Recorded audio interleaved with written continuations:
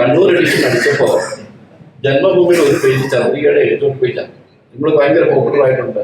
ചന്ദ്രികയിൽ എഴുതിയിട്ട് ജന്മഭൂമിക്കാര് ലേഖനം വായിക്കാൻ ബാക്കി നിങ്ങൾക്ക് ഞങ്ങൾ തങ്ങ വീട്ടിൽ പറഞ്ഞ ആളുകൾ ഉന്നതായി പുറത്താ ഒന്നും കൊടുത്തിട്ടില്ല. 2,80,000 രൂപ കൊടുക്കാവുന്ന പോലെ കൊടുത്തിട്ടില്ല. 2,80,000 രൂപയാണ് അവർക്ക് കൊടുക്കാവുന്നത്. അതിനിപ്പോ ആർബിട്രേഷൻ കേസുമായിട്ട് നടക്കുക. ആ മുഖ്യമന്ത്രിയാണ് ഈ പറയുന്നത്. അപ്പൊ അവിടെ വളരെ സത്യം 1 ലക്ഷം വീടുകൾ ഇതുപോലെ പാവങ്ങൾക്ക് കൊടുക്കാൻ കൊടുത്തിരിക്കുന്ന വീട് തന്നെയാണ്. അതായത് 600 കോടി രൂപയായിരുന്നു മൈനോറിറ്റി ഡിപ്പാർട്ട്മെന്റിന് BJP ഭരണം ഇറങ്ങുമ്പോൾ വർഷത്തിൽ കൊടുത്തിട്ടുണ്ട്. കഴിഞ്ഞ വർഷം കൊടുത്ത് 4,500 കോടി മൈനോറിറ്റി ഡിപ്പാർട്ട്മെന്റിന് സിദ്ധരാമയ്യ കൊടുക്കുകയാണ്. ചീഫ് മിനിസ്റ്റർ മൈനോറിറ്റീസിന് വേണ്ടി കൊടുക്കുകയാണ് 4,500 കോടി. ഇത്തവണത്തെ ബജറ്റിൽ 5,200 ഞാൻ ചോദിക്കുകയാണെന്ന് സമീപം 5,200 കോടിയാണ് സിദ്ധരാമയ്യ സംഭവിച്ചിട്ടുണ്ട്. അതായത് 4,500 താഴെ പോകും. 4,500 കോടി താഴെ പഠിക്കാനും വിദ്യാഭ്യാസ സ്ഥാപനങ്ങളും. ഹിജാബ് ഇഷ്യൂ എന്തിവിടെ? അവര് അമൻമെന്റ് കൊണ്ട് രജിസ്ട്രേഷൻ പൊട്ടുന്നു വേണം. ഇവിടെ പൊട്ടുന്നു. നമ്മളിവിടെ കുഴപ്പത്തിൽ കണ്ടില്ലേ? അവിടെ രജിസ്ട്രേഷൻ കൊണ്ടൊന്നും അവർ കറക്റ്റ് ചെയ്തു. അപ്പൊ അത്തരത്തിലൊക്കെ ഇന്ത്യ കണ്ട ഏറ്റവും സെക്യുലറായ വ്യക്തി ആരാണ് ഇപ്പൊ ജീവിക്കുന്നത് വെച്ചാൽ ഞാൻ രാഹുൽ ഗാന്ധി എന്ന് പറയും. 1. 2 ആരാന്ന് ചോദിച്ചാൽ സിദ്ധരാമയ്യ.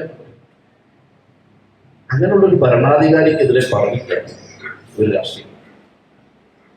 അപ്പോ അത് ഉമ്മീദിന്റെ കാര്യത്തിലൊക്കെ അവരെടുത്ത സ്റ്റെപ്പ് അങ്ങനെ. അപ്പൊ ഇതൊന്നും പഠിക്കാനായത് ഇന്ന് രാവിലെ ചന്ദ്രികയിൽ എഴുതി. ചന്ദ്രികയിൽ ഒരു ലേഖനം, തങ്ങളൊരു ലേഖനം ഉണ്ടായിരുന്നു, മുനീർ സാഹിബിന്റെ ലേഖനം ഉണ്ടായിരുന്നു, അതിന്റെ തൊട്ട് താഴെ എന്റെ ലേഖനം ഉണ്ടായിരുന്നു. ഭാഗ്യത്തിനത് ജന്മഭൂമിയിൽ പോയി.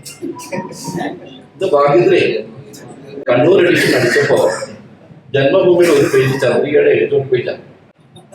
അപ്പോ ഇന്ന് ഈ 3 ലേഖനം വന്നപ്പോ ഇന്ന് പുന്നാർ സാഹിബിനോട് ആദ്യം എന്നെ വിളിച്ചിട്ട് പറഞ്ഞു, നിങ്ങൾ ഭയങ്കര പോപ്പുലർ ആയിട്ടുണ്ട്. ചന്ദ്രികയിൽ എഴുതിയിട്ട് ജന്മഭൂമിക്കാര് ലേഖനം വായിക്കാൻ ബാക്കി നിങ്ങൾക്ക് ഞങ്ങൾ തങ്ങ കിട്ടില്ല.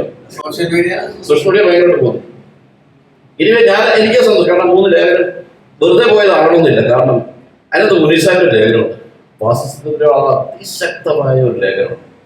ഫാസിസവും സംഘപരിവാറും പറഞ്ഞ 1997 മുനീർ സാഹിബ് പുസ്തകം എഴുതിയിട്ടുണ്ട്. ആ പുസ്തകത്തിന്റെ കണ്ടന്റിനെ ചെറുതായിട്ട് ഒന്ന് ക്രിസ്പിയായിട്ട് എഴുതിയിരിക്കുന്ന ഒരു ലേഖനമാണ്. അതിനോടൊപ്പം തന്നെ തങ്ങളുടെ പുതുവത്സരത്തെ കുറിച്ചുള്ള തങ്ങളുടെ സന്ദേശം നല്ല സന്ദേശം. പിന്നീട് വന്നത് ഇതാണ്, ഈ എലഹങ്ക എന്താണ് എന്ന യാഥാർത്ഥ്യം എന്റെ ലേഖനം. ഇതേതായാലും ജന്മഭൂമിക്കാർക്ക് വായിക്കുന്ന അവർ വായിച്ചു. അപ്പോ ഇങ്ങനെ നമ്മുടെ നാട്ടിലുള്ള ഒരുപാട് പ്രശ്നങ്ങളും പ്രതിസന്ധികളും ഒക്കെ വരുമ്പോൾ അതിനിടപെട്ടുകൊണ്ട് ഓരോ വിഷയത്തിനും പരിഹാരം